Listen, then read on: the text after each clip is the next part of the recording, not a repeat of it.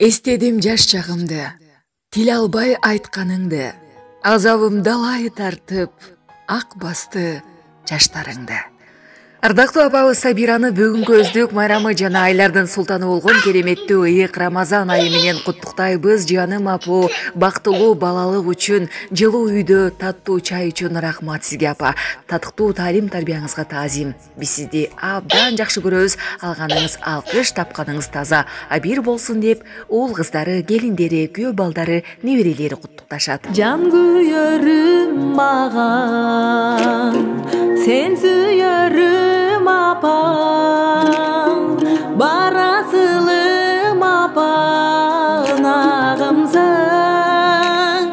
багбанымсың атаң, зор бактымсың атаң, коргонумсуң ата, чырагым